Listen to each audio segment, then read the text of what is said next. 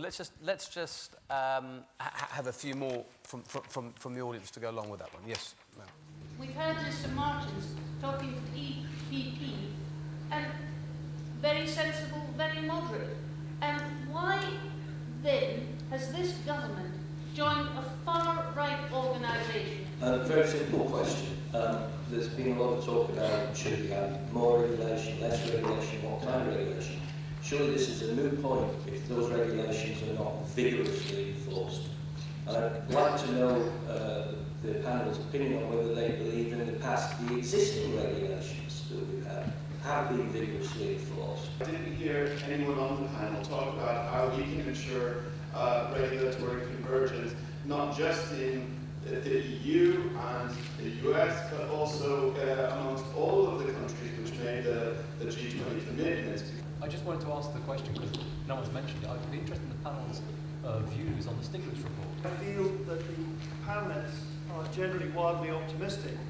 The crisis is still yet to unfold, in our opinion, and in particular, the transfer of risk from the private sector, banks to governments, has yet to be fully appreciated, I believe, by markets.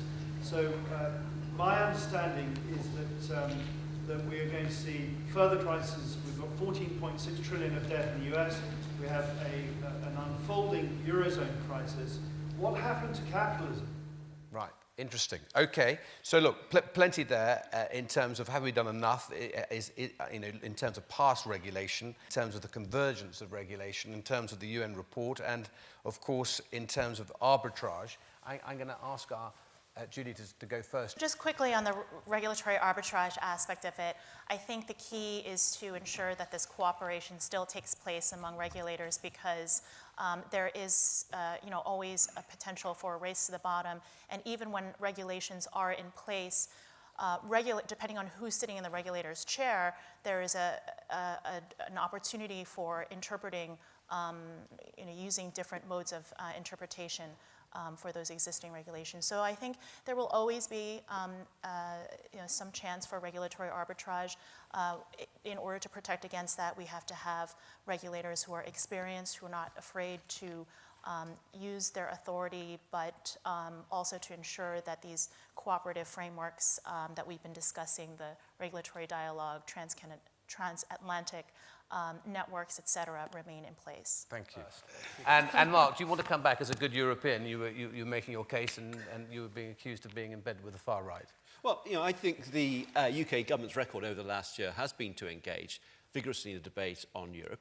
I think there's been a range of views addressed in Europe about how you respond to crisis. I thought it was very interesting, and just to disprove the lady's point, when it came to the argument about passports, 25 member states joined with us to agree there should be a passport to enable third country funds to market and manage in the EU. That's a demonstration, actually, this government can work with its European partners very well in responding to this.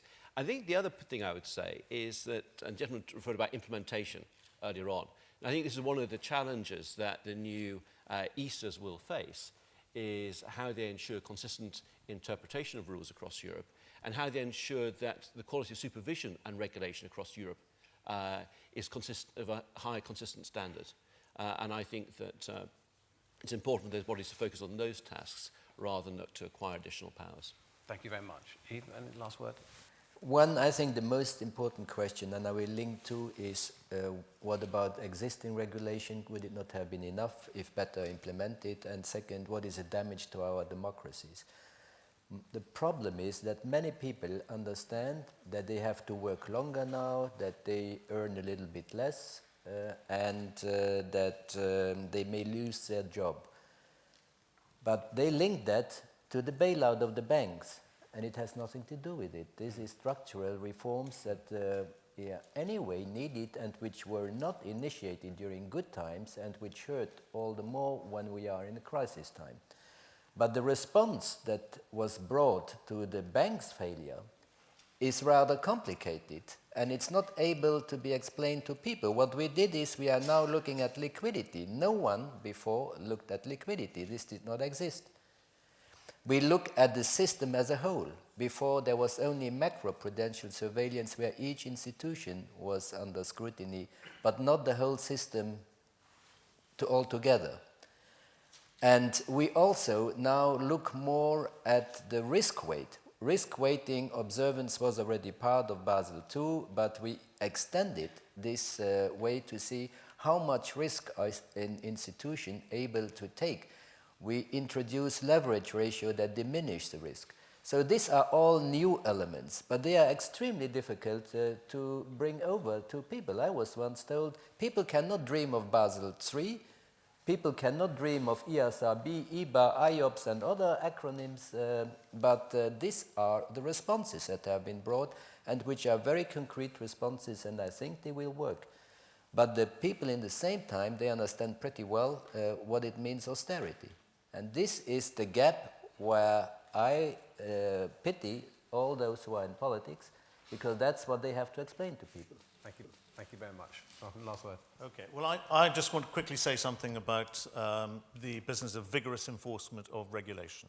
I think that anybody who's looked at the way in which the FSA have responded since this crisis would say that there's been a real wake-up in terms of detailed day-to-day regulation on the part of the FSA. Anybody who's got an interface with them will say that that's the case. And the argument isn't so much, it seems to me, whether the FSA is enforcing the rules now, it's whether every other regulator in the EU is doing the same thing.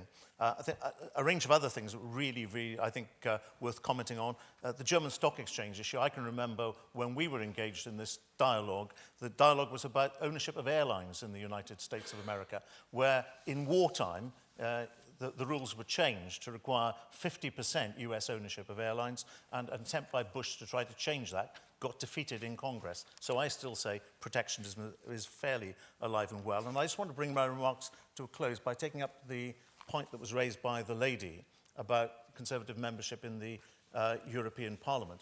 I should say I was the last leader of the Conservatives in the European Parliament who was in the EPP-ED group.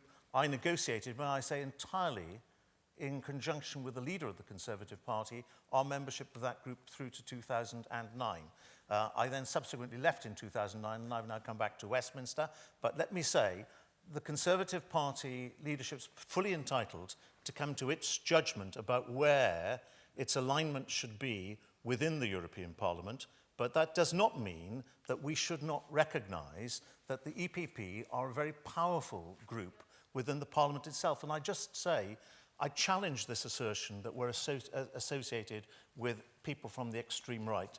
The fact that Mark Hoban, as a Conservative minister, is here today, the fact that I'm here and I look around the audience, I see some of my parliamentary colleagues, both from the Lords and the Commons and former Conservative MEPs, shows that there still has to be this important dialogue between Conservatives and the centre-right. And I'd reassure you that our presence here means that we all recognise that. Thank you very much for that assurance. And I think actually if the banks were here, they would probably take out a pretty positive message in terms of over-regulation and in terms of how new regulation has to be so rooted in evidence and ensuring that the pendulum doesn't go too far to the other way. But thank you to our panel very much for coming this morning, and thank you all for listening. Thank you.